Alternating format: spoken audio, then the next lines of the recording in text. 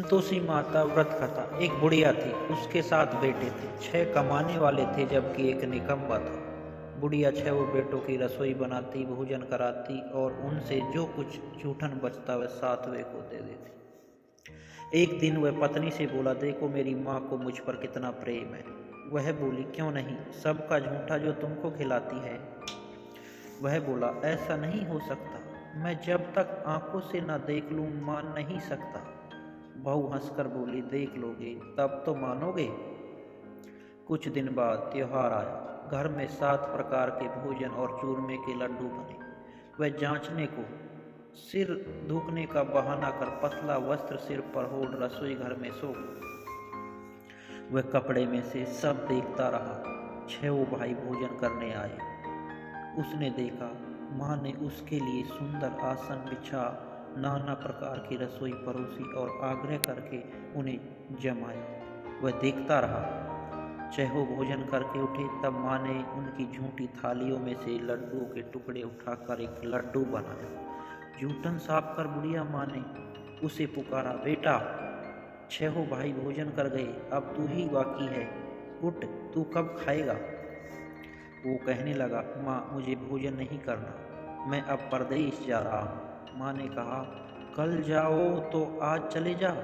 वह बोला, हाँ आज ही जा रहा हूँ। यह कहकर वह घर से निकल गया। चलते समय पत्नी की याद आई। वह गौशाला में उफले थाप रही थी।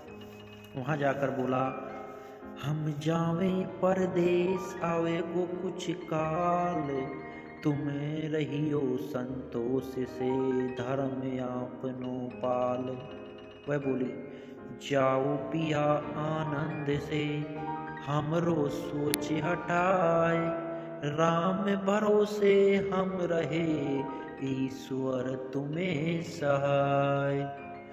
2 निशानी आप देख धरूं मैं धीर, सुधिमती हमारी बिसारियो रखियो मन गंभीर।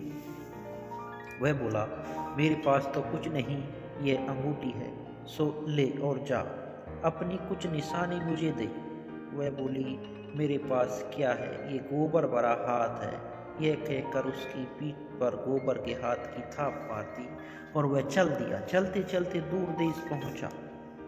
वहाँ एक साहूकार की दुकान थी। वहाँ जाकर कहने लगा, भाई मुझे नौकरी पर रख लो। साहूकार को जरूरत थी, बोला, रह जा।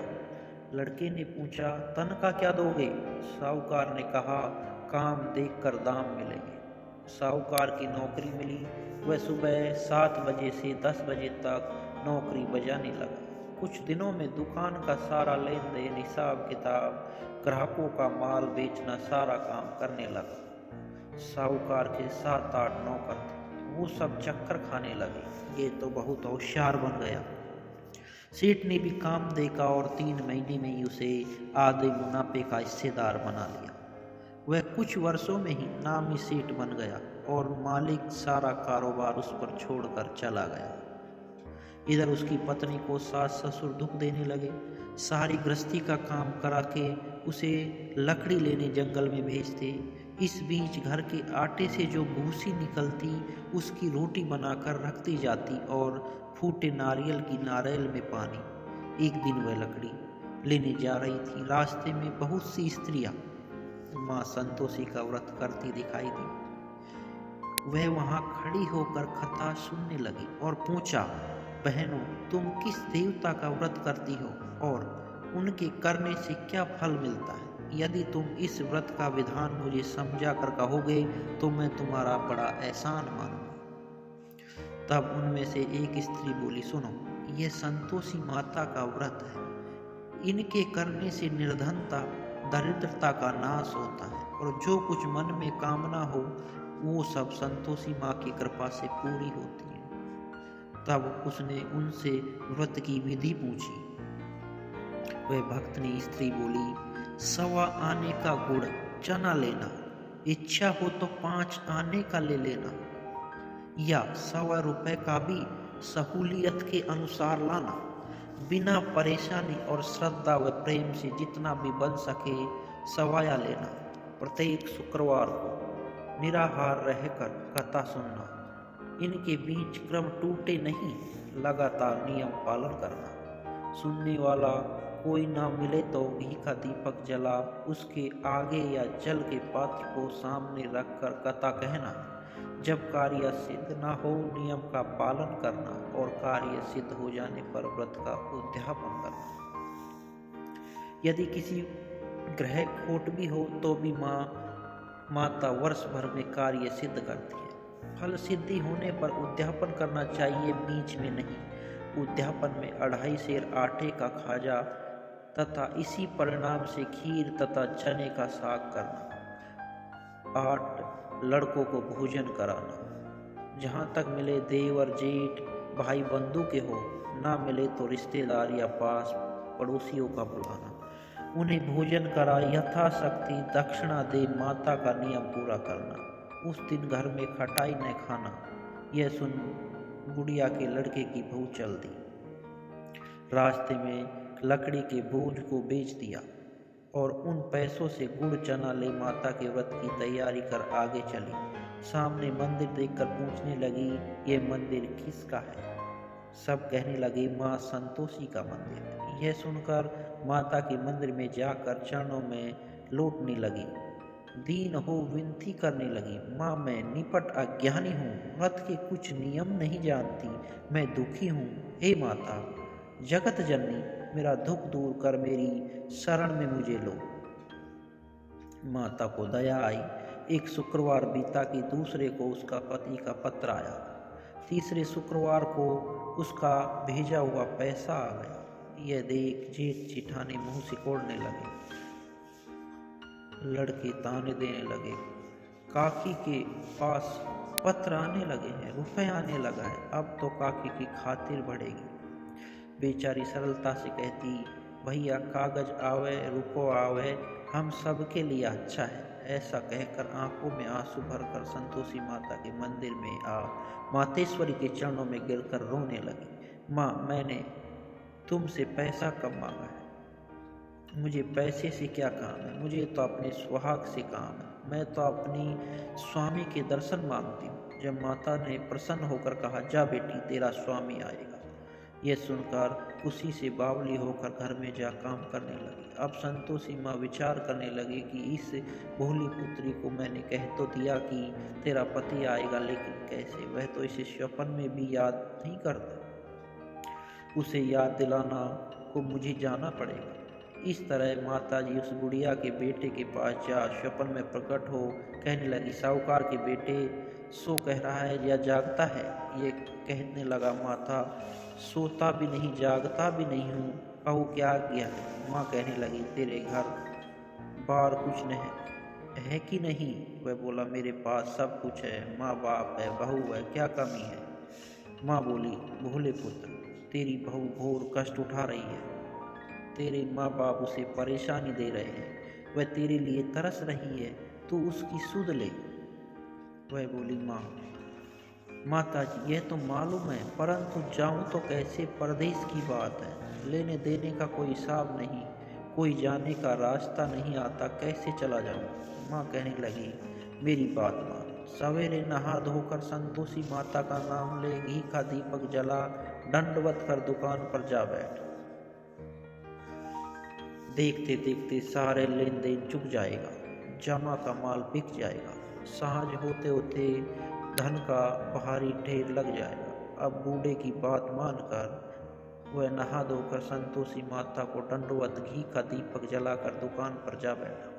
थोड़ी देर में देने वाले रुपए लाने लगे और लेने वाले हिसाब लेने लगे। कोटे में भरे सामान के खरीदार न कम दाम दे सौदा करने लगे। शाम तक धन का भारी ढेर लग गया। मन में माता का नाम ले चमत्कार देख प्रसन्न हो घर जाने के वास्ते गहना कपड़ा सामान खरीदने लगा। यहाँ काम से निपट कर तुरंत घर को रवाना हुआ। उधर उसकी पत्नी जंगल में लकड़ी लेने जाती है। लौटते वक्त माताजी के मंदिर में विश्राम करती है। वह तो उसके प्रतिदिन रुकने का जो स्थान ठहरा। धूल उड़ती देख वह माता से पूछती है कि हे माता, ये धूल कैसे उड़ रही है? माता कहती है कि हे पुत्री, तेरा पति आ रहा है, अब तू ऐसा कर लकड़ियों के 3 बोझ बना ले, एक नदी के किनारे रख, दूसरा मेरे मंदिर पर व तीसरा अपने सिर पर। तेरे पति को लकड़ियों का गट्ठर देख मोह पैदा होगा, वह यहाँ रुकेगा, नाश्ता पानी खाकर माँ से मिलने जाएगा। तब तू लकड़ियों का बोझ उठाकर जाना और चौक में गट्ठर डालकर जोर से आवाज लगाना, लो सासू जी लकड़ियों का गट्ठर लो, भूसी की रोटी दो, नारियल के कपड़े में पानी दो, आज मेहमान कौन आया है। माता जी ने बहुत अच्छा कहकर और प्रसन्न मन से लकड़ियों के 3 गट्ठर बनाए, एक नदी के किनारे पर, एक माता जी के मंदिर पर रखा। इतने में मुसाफिर आ गया। सूखी लकड़ी देख उसकी इच्छा उत्पन्न हुई कि हम यहीं पर विश्राम करें। भोजन बनाकर खा पी कर गाँव गया। इसी तरह रुककर भोजन बना विश्राम करके गांव को गया। सबसे प्रेम से मिला। उसी समय सिर पर लकड़ी का गट्ठर लिए वह उतावली सी आती है, लकड़ियों का भारी बोझ आंगन में डालकर जोर से 3 आवाज देती है, लो सासू जी लकड़ियों का गट्ठर लो, भूसी की रोटी दो, आज कौन मेहमान आया है। यह सुनकर उसकी सास बाहर आकर अपने दिए हुए कष्ट को भुलाने हेतु कहती है, बहू ऐसा क्यों कहती है, तेरा मालिक ही तो आया है, आ बैठ, मीठा भात खा, भोजन कर, कपड़े गहने पहन। उसकी आवाज़ सुनकर उसका पति बाहर आता है। अंगूठी देख व्याकुल हो जाती है। माँ से पूछती है, माँ ये कौन है। माँ बोली, बेटा ये तेरी बहू है, जब से तू गया है तब से सारे गांव में भटकती फिरती है, घर का काम काज कुछ करती नहीं, 4 पहर आकर खा जाती है। वह बोला, ठीक है माँ, मैंने इसे भी देखा और तुम्हें भी, अब दूसरे घर की ताली दो, उसमें रहूँगा। माँ बोली, ठीक है, जैसी तेरी मर्जी। तब वह दूसरे मकान की 3री मंजिल का कमरा खोल सारा सामान जमाया। एक दिन में राजा के महल जैसा ठाट बाट बन गया। अब क्या था, बहुत सुख भोगने लगी। इतने में शुक्रवार आया। शुक्रवार व्रत के उद्यापन में हुई भूल, किया खटाई का इस्तेमाल। उसने पति से कहा, मुझे संतोषी माता के व्रत का उद्यापन करना है। पति बोला, खुशी से कर लो। वह उद्यापन की तैयारी करने लगी। जेठानी के लड़कों का भोजन के लिए कहने गई। उन्होंने मंजूर किया, परंतु पीछे से जेठानी ने अपने बच्चों को सिखाया, देखो भोजन के समय खटाई मांगना, जिससे उसका उद्यापन पूरा ना हो। लड़के जीमने आए, खीर खाना पेट भर खाया, परंतु बाद में काते ही कहने लगे, मैंने खटाई दो, खीर खाना हमको नहीं भाता, देखकर अरुचि होती है। ये कहने लगी, भाई खटाई किसी को नहीं दी जाएगी, यह तो संतोषी माता का प्रसाद है। लड़के उठ खड़े हुए, बोले, पैसे लाओ। भोली बहू कुछ जानती नहीं थी, उन्हें पैसे दे दिए। लड़के उसी समय हट करके इमली खटाई खाने लगे। ये देखकर बहू पर माता जी ने कोप दिखाया। राजा के दूध उसके पति को पकड़ ले गए। जेठ जेठानी मनमाने वचन करने लगे, लूट लूट कर धन इकट्ठा कर लाया है, अब सब मालूम पड़ जाएगा जब जेल की मार खाएगा। बहू से ये सहन नहीं हुआ। माँ संतोषी से माफ़ी मांगी। रोती माता जी के मंदिर गई, कहने लगी, हे माता, तुमने क्या किया। आशा कर अब भक्तों को रुलाने लगी। माता बोली, बेटी तू उद्यापन करके मेरा व्रत भंग किया है। वह कहने लगी, माता मैंने कुछ अपराध किया है, मैं तो भूल से लड़कों को पैसे दे दिए थे, मुझे क्षमा करो, मैं फिर तुम्हारा उद्यापन करूँगी। माँ बोली, अब भूल मत करना। वह कहती है, अब भूल नहीं होगी, अब बताओगे वो कैसे आएंगे। माँ बोली, जा पुत्री, तेरा पति तुझे रास्ते में आता मिलेगा। वह निकली, राह में पति आता मिला। वह पूछी, कहाँ गए थे। वह कहने लगा, इतना धन जो कमाया है उसका टैक्स राजा ने मांगा था, वह भरने गया था। वह प्रसन्न हो बोली, भला हुआ, अब घर को चलो। कुछ दिन बाद फिर शुक्रवार आया। वह बोली, मुझे फिर माता का उद्यापन करना है। पति ने कहा, करो। बहू फिर जेठ के लड़कों को भोजन कराने को कहने गई। जेठानी ने 1-2 बात सुनाई और सब लड़कों को सिखाने लगी, तुम सब लोग पहले ही खटाई मांगना, लड़के भोजन करने से पहले हमें खीर नहीं खाना, हमारा जी बिगड़ता है, कुछ खटाई खाने को दो। वह बोली, खटाई किसी को नहीं मिलेगी, आना हो तो आओ।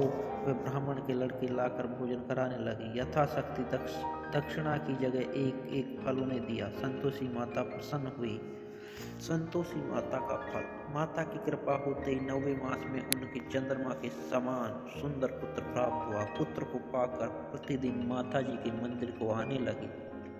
माँ ने सोचा यह रोज आती है, आज क्यों ना इसको घर चलो। यह विचार कर माता ने भयानक रूप बनाया।